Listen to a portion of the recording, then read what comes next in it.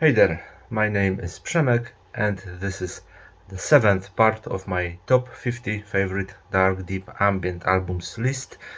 First of all, of course, as usual, thanks for watching the previous parts. And if you haven't seen them yet, the parts 1 to 6 and places 50 to 21, I leave the links in the description of this video. This video, which probably will be a little bit shorter than the previous ones, you'll see why in a couple of minutes. Okay, let's begin. Number 20. His Divine Grace, Le Grand Secret. His Divine Grace, a very enigmatic French project by Moonchild Eric, although several His Divine Grace albums were recorded in collaborations with other musicians, though often these collaborations were quite mysterious, and it's not quite known who's behind some of the music created by this particular name, His Divine Grace. In any case, His Divine Grace belonged to the same creative circle as such projects like Novice Fête, Vermouth, or Taciturn, and Le Grand Secret is an album from 2006, released by Röy, Im Röy, the German label. The cover, well, is not particularly spectacular, as you can see, but the music is quite the opposite. The concept also seems intriguing. The album is dedicated to the characters of Sequence Marduk and Leontine Voigt Abilgard, and let me read. According to legend, Sequence Marduk was stabbed to death by millions of words bursting out of a book during his studies on a great conspiracy led by what he called the Duts and Bars. And according to police investigation, Leontine Voigt Abilgard slashed his wrists in his bath during his reading of Sequence Marduk's writings about the great Dots and Bars conspiracy. And you know what? Damn, this album has just such an atmosphere of exploring a great secret, going down into lower circles of initiation and realizing that the world around us is not what it seems to be, that behind everything there is some great esoteric or maybe even hermetic conspiracy. Yes, I know conspiracy theories are trendy now. In fact, they probably already were when this album was released, but here on Le Grand Secret, Moonchild Eric managed to capture this atmosphere like no one else has done before or after on the ambient scene, in my opinion at least. The atmosphere, this often stuffy, reminiscent of cramped, musty rooms with closed curtains where someone goes mad and dies, or maybe is murdered because in all this madness he managed to reach beyond and understand this great secret. Sometimes this music makes me feel unsettled. There are very nice, harmonious passages on the album, tempting with their charm, but somehow it feels like it's just there to trick you, to crawl down your throat and choke you.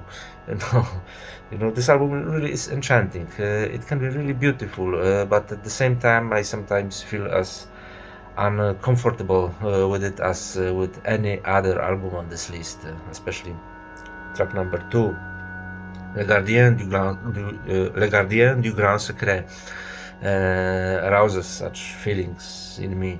It's really alluring, but also kind of disturbing. Track number 4, Le Voile Levé, La Mort de Sequence Marduk.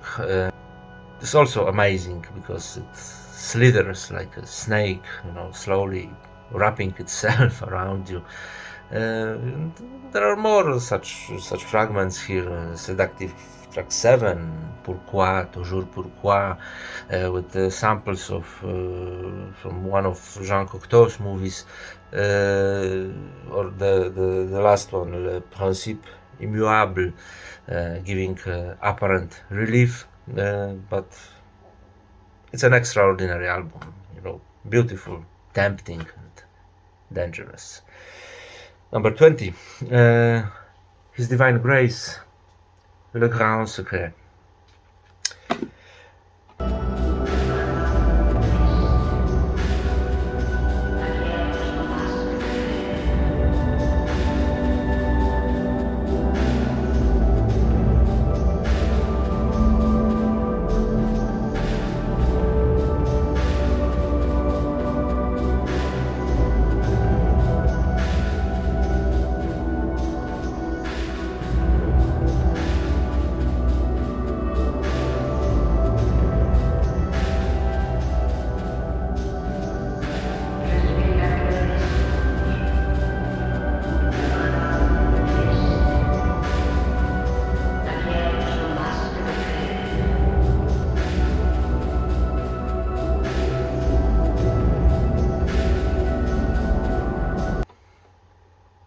Okay, now time for number 19. Maybe I should like this, it will be better. The joy of nature and discipline, the fog that life is haunted by. This is a Portuguese project led by Luís Couto. The fog that life is haunted by was released in 2003 by Portuguese label Ripping Horde, and then reshoot in 2006 by Polish label Bunkier Productions. And this is the only album recorded as The Joy of Nature and Discipline, because later Luís dropped the "and discipline" part, shortening the name to The Joy of Nature. This was also related to the kind of change of musical direction that the project took later, leaning more towards psychedelic folk, although still with more or less ambient influences. Meanwhile, the case of the fog that life is haunted by is exactly the opposite. It's ambient with subtle folk vibes. Ambient, misty, and ethereal. This fog is not just a matter of the title, but it is also reflected in the music. I've never been to Portugal, and I don't know if there are high cliffs on the Portuguese shore of the Atlantic.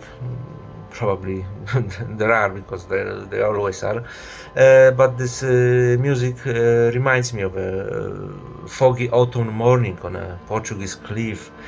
There are a lot of different types of samples, like some neoclassical music in track number 3, being kind of airy impressions floating around the sounds created by Luís Couto. Sometimes this folk element comes to the forefront, which was Baldur, co tam za hałasy robisz? Which was explored more deeply in the project's later works. You can listen, for example, this wonderful part of acoustic guitar and accordion in track number 2, or these acoustic moments in track number 4. The tracks on this album don't have titles, they're just only numbered. One of the tracks includes a sample of the Temple of Agrippa theme by Mark Morgan from the game Zork Nemesis. If you don't know it, check it out. Type Temple of Agrippa Zork Nemesis on YouTube. It is one of the most wonderful musical themes I know, no matter what kind of genre. It's just generally beautiful part. And all pieces are enriched with various types of field recordings that always remind me of autumn, fog, rain, wind, and sea. And creme de la creme, track number 13. I don't know how many of you watch my videos from this list carefully, but if you do, you probably notice that I'm very fond of subtle piano melodies in ambient, Boussole de la Lune, Inner Vision Laboratory, and now The Joy of Nature and Discipline, with this dreamlike ambient piece with folk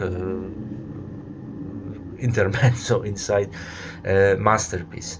If you want to listen to the project in a more psychedelic folk but equally touching version, look for the song The Girl with the Razor, or The Girl with the Razor Waiting by the Sea, because this song is in two versions.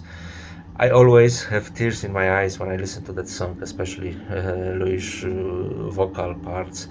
Anyway, The Joy of Nature and Discipline, the fog that life is haunted by, number 19, and I have additional sentiment for this album, because this was the very first physical promo I ever received for a review. It was back when I was writing for Beast of Prey magazine.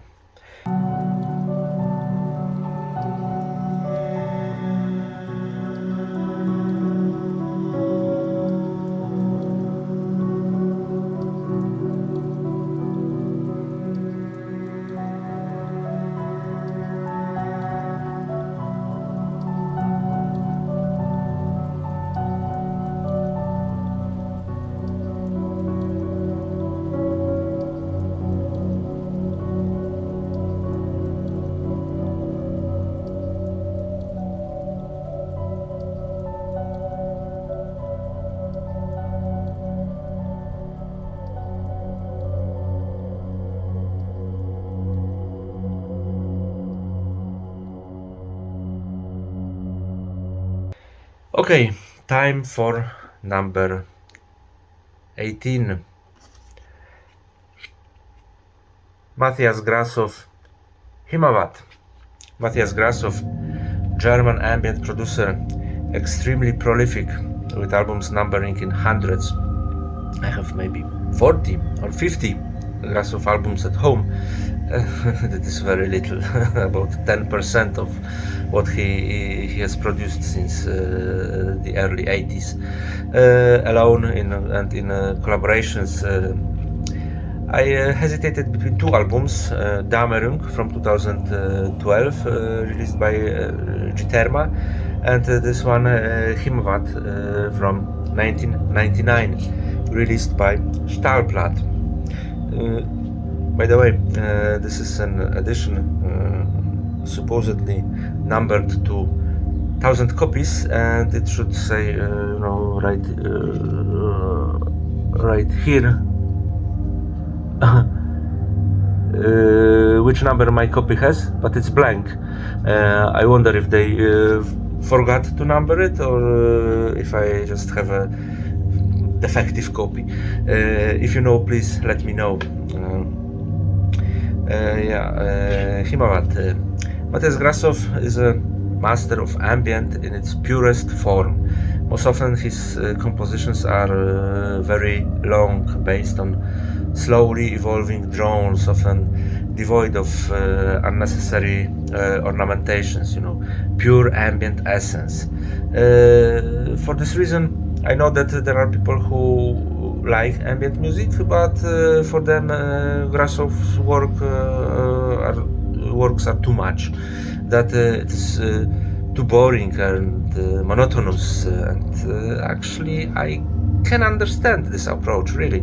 The above mentioned Dämmerung is such an album. For me it's great, but if you think about it, indeed, actually not much going on it. These are just long stretch atmospheric drones.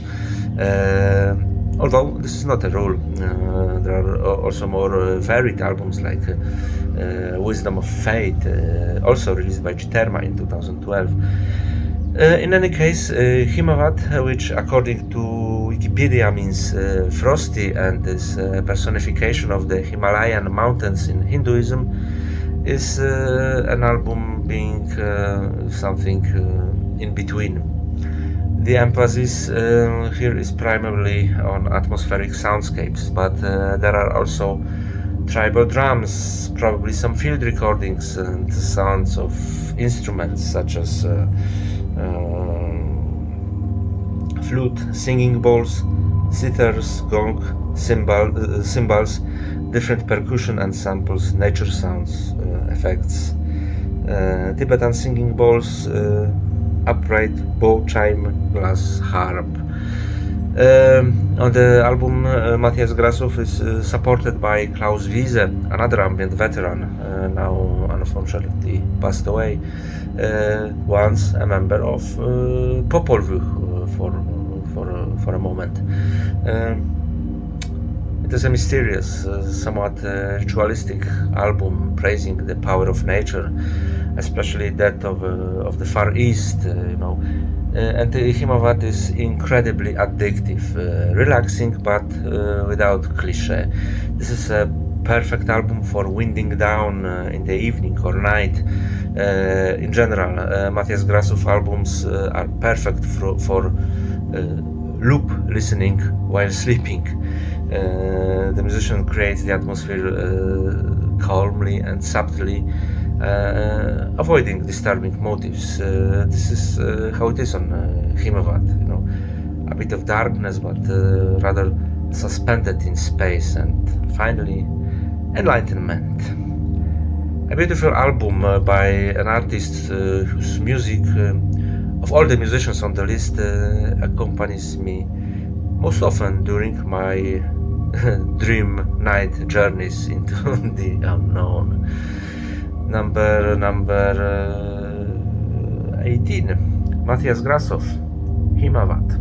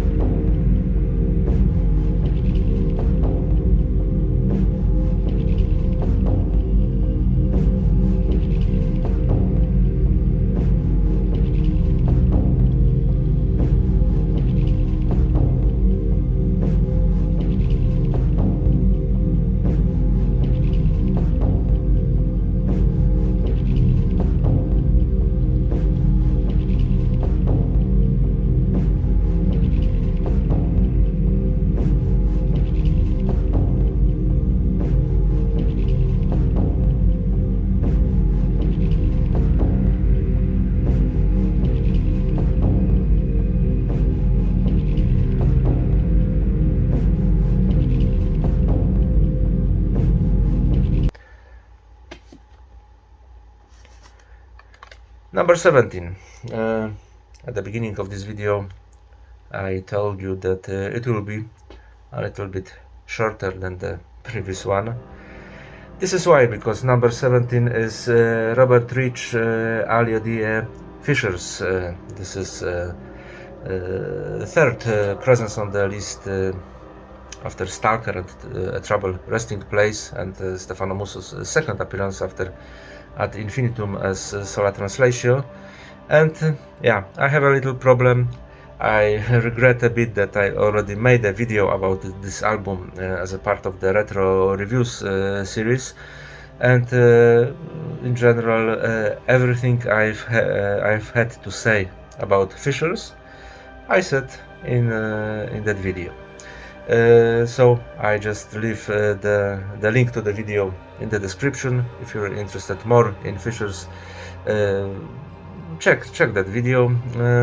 I was thinking about editing fragments of that retro review and posting them right here, pasting them, not posting, pasting them in this video, but such doubling is probably a bit pointless, and to be honest, it is beyond my editing skills at this point.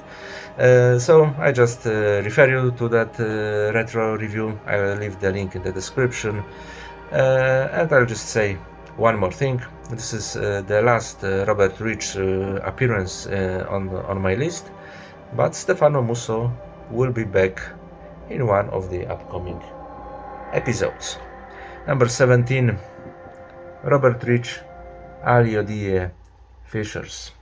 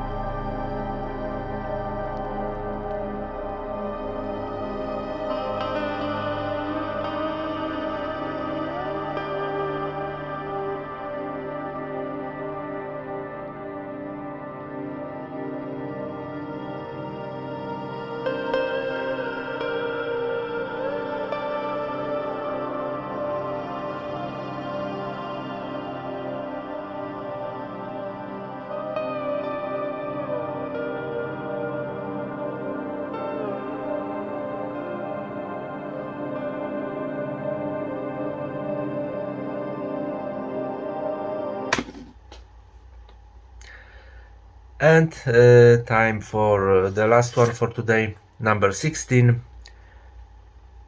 Parhelion, Midnight Sun. Parhelion comes from Canada. The person behind it is Ihor Davidiuk, and he released only 2 full albums, Midnight Sun in 2010 and Farthest North together with Zach Kellier in 2013, and then he vanished in thin air. I can't get over with it. As for me, at the beginning of the last decade, it was the most promising dark ambient project, together with Shrine. I remember back in the MySpace days, when I found a Parhelion profile. You probably remember that the musical projects profiles could post 3 or 4 of their songs there, and I listened to this Parhelion, which almost no one had heard of back then, and I thought, damn, if I had a label, I would probably contact him right away and release his music. Fortunately, Frederick Arbour from Cyclic Law came to a similar conclusion, and in 2010 we got Midnight Sun. I don't know, maybe because of the beautiful track Element for Wales. Probably the first track I've heard from Parhelion on MySpace. I somehow coded this project as playing echo ambient. I mean echo from ecological, not echo as a reverb. No, echo ambient. Kind of requiem over a dying nature. Was this also Ihor's assumption while making this record? Well, here in the Digipack he writes, it's just the end of this kind of manifesto here. It's my hymn to the north, a meditation on the landscape and its mysteries, an ode to the land of the midnight sun.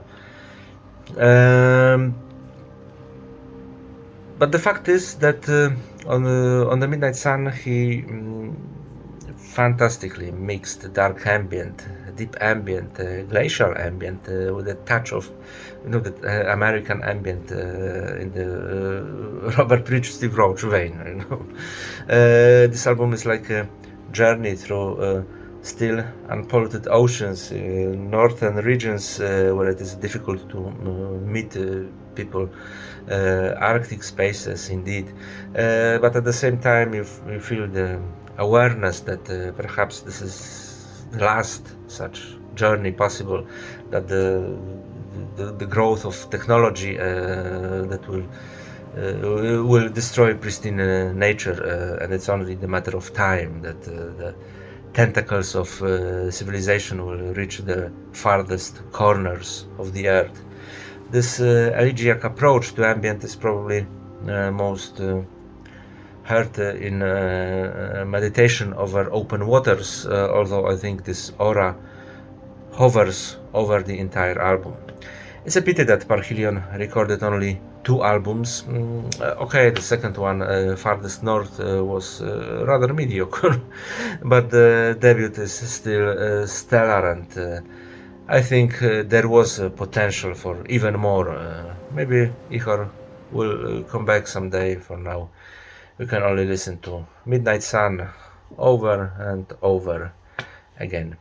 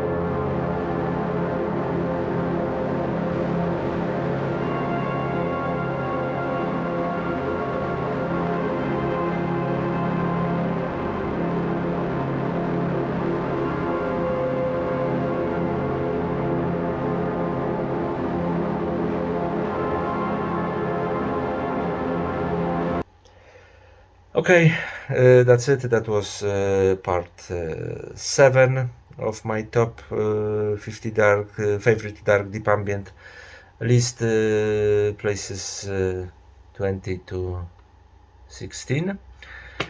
Thanks for watching, and see you soon.